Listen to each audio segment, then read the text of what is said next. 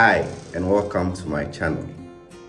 From north to south, east to west, education remains the fundamental factor transforming people and societies. Aristotle couldn't have put it better when he concluded that all those who have meditated on the art of governing humanity are convinced that the fate of all empires lie in the education of its youth. Many young people in Ghana, after their undergrad studies, desire to have and further their education abroad.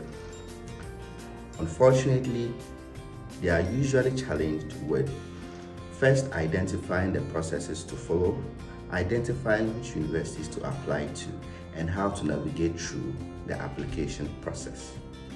Today, I host Zarina to help us understand first how to navigate this process, what challenges we may encounter, and how to navigate these challenges.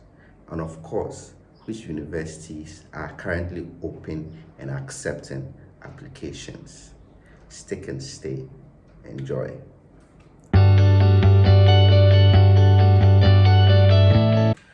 Okay, hi Zarina, and welcome to my channel. Hi Salman, and thanks for having me on the And channel. yeah, thank you again for this short notice you agreed to speak on my channel. It's fine. I always love an opportunity to share. Yeah, I know that very much about you. Okay, so quickly, what's your educational background? Okay, so I have a Bachelor of Arts in Communication Studies from Okay. the Ghana Institute of Journalism, popularly known as GIJ, Yeah, where I specialize in journalism. And after that, I did my master's in media communication and development at the London School of Economics and Political Science. And yes, so I have finished, and I'm here, back home in Ghana. back home in Ghana. Yes. So Zarina runs her own channel as well, where she talks a lot about scholarship opportunities, study abroad, and how to navigate through. So I'm putting the link to her channel in the comment section so that you can just click it and go enjoy more of her videos.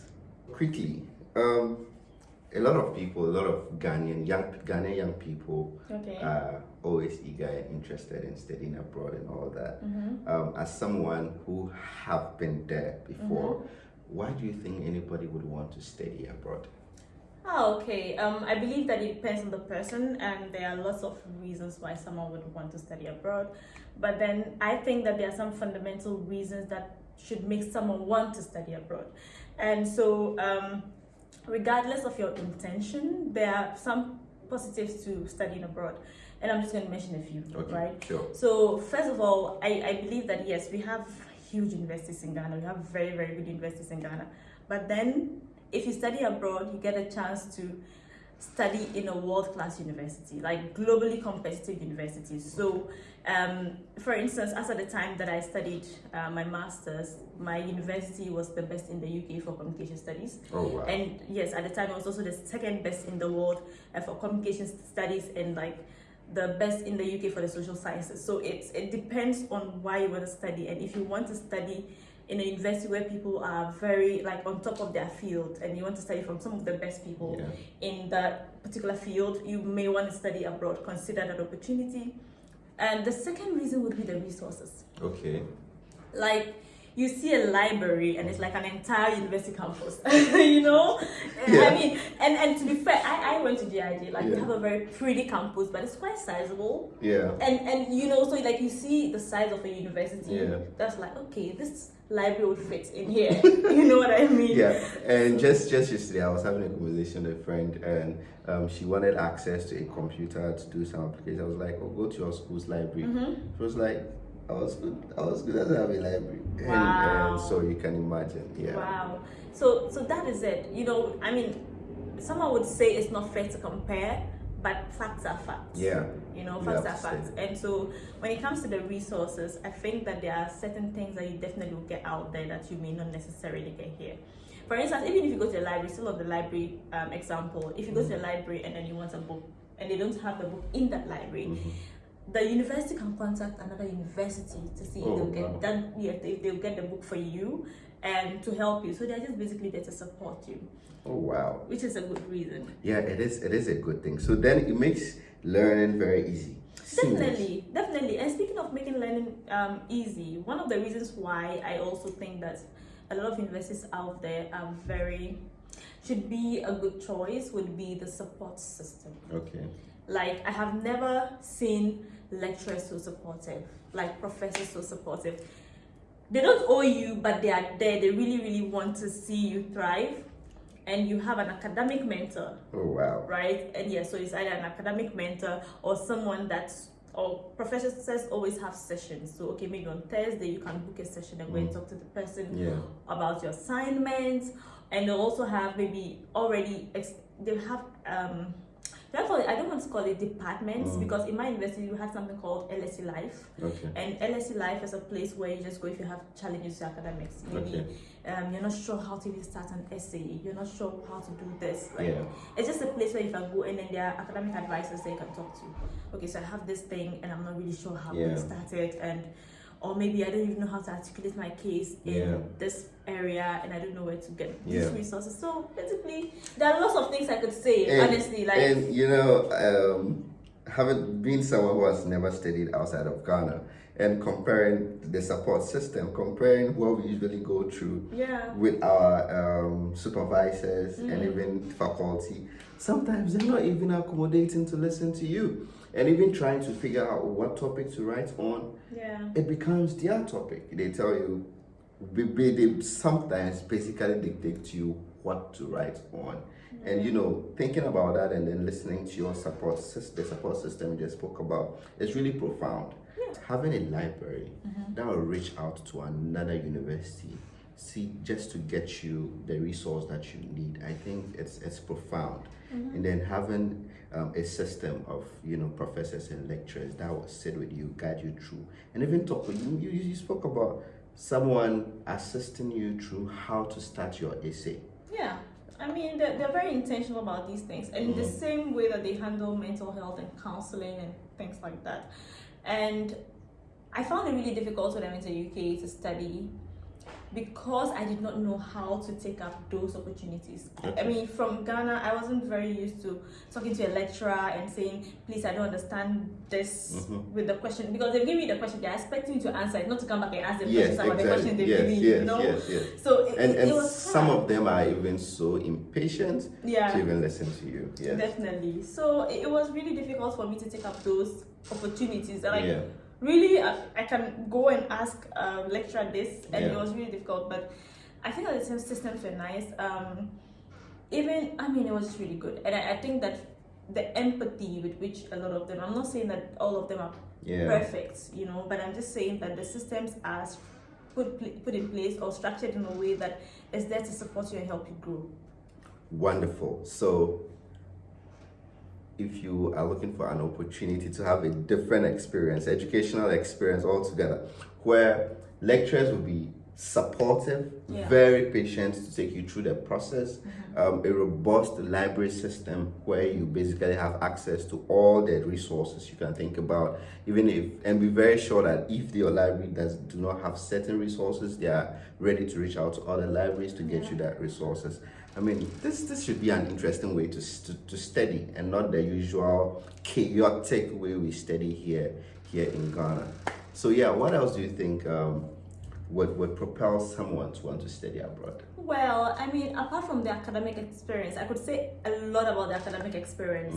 But apart from the academic experience, there's also a cultural experience.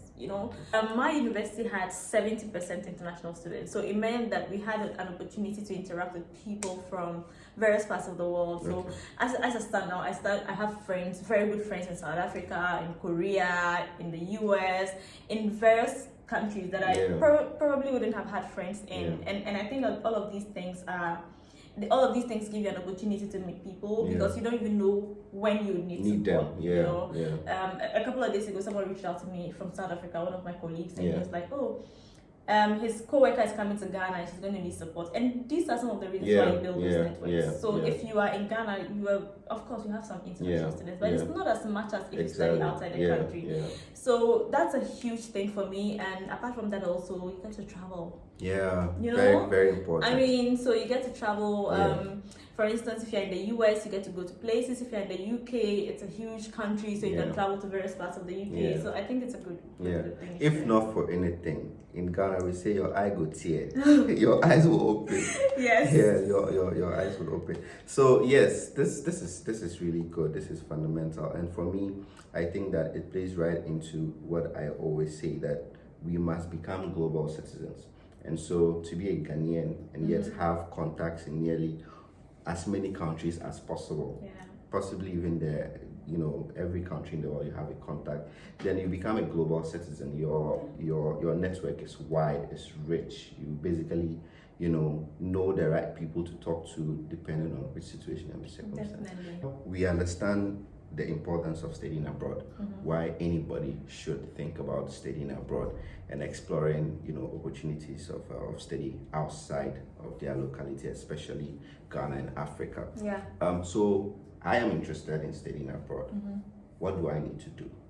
If you want to study abroad, there are fundamentally two things that you need, regardless of where you want to study. And first one is admissions, because you need to get admission to university. The second thing is that you need funding, because you need money to be able to pay your fees. So these are the two main things you should be thinking about. Because you can get admission and you not get funding, it means you cannot go. Because you can't pay your fees, you can't pay for accommodation, you can't pay for your flights and all of those things. Unless you are from a rich home. Definitely. So if you have funding, so if you're from a rich home or you have someone giving you money and you don't have admissions, you can go. So these things go hand in hand. Like me, I'm from a rich home. Amen. I'm a rich nigga. Give me some dollars, pounds, spray. Let's start. So if you have, you need both. You need funding and you need admissions. But the first thing I tell people is that, one, if you acknowledge that, okay, these are the two things that I need, you need to think about it. Okay, how long do I need to prepare? Right? But because I studied in the UK, I will definitely use myself as an example. But even that, I'll still chip in certain things as it is in the US for people to in Canada and other places. I think that what's most important in this equation is what you want to study. Right? So it's not about going outside. Before you even identify the university you want to study in, you should know what program you want to study. So for instance, I was very sure that I wanted to study media and communications, and I wanted it to have an element of development in it. So for instance, if it's in the UK, you go online and you search for maybe Course Finder, UK Course Finder. It gives you this website, you just put in media and communications. If you put in media and communications in the website, it shows you where to put a course. It brings out all the universities that have the program. So if you see all of those universities, you now go through them and then you choose what you want, which university you want to study. So you said UK Course Finder. So just search for, those are the keywords, UK Course Finder. There are various websites with that would give you the same results. Right? So if you check, you just search. And in the US too, there are various states. So when you go onto you just go on Google and then you search maybe universities in this particular state, you likely to see the universities and then look out for the courses. So that's how, when you find it, then you now read more about the admission requirements. So maybe this university you find the one in University A to be very interesting, you read more about the admission requirements. Typically, they would ask for a number of things, like, this is a typical situation. Maybe they will ask for other stuff, but you need a statement of purpose, you need references, you need your transcript, you need, in some cases, you need an English language proficiency test. Which is the IELTS. So either the IELTS or the TOEFL, depending on what is acceptable. Also, on the IELTS and the TOEFL, some universities would waive. So if you have a WASI result or something, you can use it to show to them, okay, you wrote English in WASI, you had this grade, and So you need some of these things. I hope I haven't left anything out, someone. No, you haven't. Pretty much. And your CV. Some people, academic CV in some cases, so you have to add that as well. And so if you have all of these things, that should be based on what the university's requirements are, and then you put it through your application. You spoke about funding, which is basically the fundamental aspect of it. How do I go about this whole thing, this funding thing? So funding, it's very complicated. And I say it's complicated because our reality as people in Africa, I mean, someone could be watching this video from Asia. Okay, let's just say our reality in terms of our financial strength, those realities are really different. Yeah. So when it comes to funding, one thing you need to know is that it's either you're self-funded, Yeah. or you are on some kind of scholarship or award. Okay. Right? And then with a self-funding, self-explanatory, you have your own money and you're going to use it to pay or something like that. But for people like me who are looking for funding, who probably do not have the money, we need scholarships. Yeah. When it comes to scholarships, we have internal scholarships and we have external scholarships. So Okay. external scholarships include my scholarship, the one I'm a beneficiary of, which is the Okay. Achievement Scholarship. Okay. It includes the Commonwealth Master Scholarship, the Commonwealth Chef Scholarship. All of these three are in the UK. Okay. Fulbright is in the US. So we have different kinds of scholarships. Those ones are external scholarships. Yeah. The internal scholarships are like the university scholarships. So the Okay. university has some kind of scholarship for you. Oh, okay. So maybe they have a scholarship for Africans, or they have a scholarship for people from a certain area, or Okay. they have a scholarship for women, or they Okay. have a scholarship that is based on the academic strength, performance. Okay. So these ones, it depends, right? Okay. So with the external scholarships, you apply independently of your university application. Okay. So you just send in an application. application and then you go through the process. Okay. If you get a scholarship, then they'll help you fund your studies. Okay. With the internal So, scholarship, so it means you can even start the scholarship application before your admission letter. absolutely. So I Okay. started my scholarship application when I had not even submitted one university application. Oh wow, Yes. interesting. Because some scholarships take a long period. Okay. So, for instance, my scholarship opens in August. So I started preparing my scholarship documents in August. So always apply early. If you're watching this video before August, make sure you start preparing for that's if you want to apply for my scholarship, Achievement Scholarship. I keep saying my scholarship, I still have not given out the scholarship. If you want to apply for the Achievement Scholarship, Yeah. make sure you start preparing and getting ready. Okay. And then by August it opens, it closes in November. So you have 3 good months to prepare To prepare. and write your essays and stuff. So that's it for that one. And then so after I submitted my scholarship application, Yeah. then I started applying to the university. Universities, So you can do okay. that. You can- Okay. That's for the external scholarships. Okay. For the internal or the university scholarships, there are scholarships that you apply mostly during your university application. Okay. So for instance, if there's a portal like the university website and you're filling in your Yeah. stuff, you need to, maybe there's a place where they'll ask you that, do you want to be considered for funding? Okay. So you tick yes. Yes. Okay. And then they'll consider you. In some cases too, if they want you to give additional information like write an essay or something, Mhm. you can do that, or you do that and add it to it. And in some Okay. cases too, if you some of them may need you to submit extra information. Yeah. So it depends, which is Yeah. why I always say that it's important to research. Yeah. I hope that you're not getting confused because Yeah. because that's the reality. Even when I was starting, it was confusing. Yeah. It can be confusing. You get clarity as you go. Okay.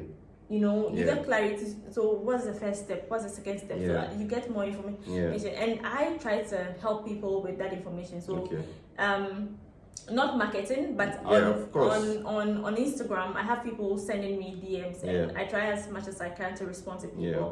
So, for instance, what's the first thing I can do? I'm like, okay, how about have you considered this? Have you considered that? Yeah. Because my experience is based on the UK, if people ask me questions about the US and I have the answers, I give them. You If give. I don't, I refer them to my friend who is also guiding people, especially those in the US, because US. I'm more UK driven.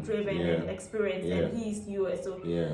if you're getting a bit confused, it's okay. It's It's okay. normal. Yeah. You just need guidance, and you just Yeah. need to make up your mind that you want to Yeah. do the work and do the research, Yeah. because it's ultimately in your court, right? So Yeah. you have to do And of course, it's okay. Like she said, it's okay to feel confused in the process. The beginnings are always difficult, are always confusing. But as you navigate it, as you continue and thrive, you would realize that the path becomes more clearer and clearer. So don't get confused. And even if you are confused, it's okay. Just reach us through the comment section. Yeah. Of course, I'm putting her link there so you can actually reach her. Her channel, or even on IG, reach out, and then she's very nice, ready to, and always available to help you navigate through the process.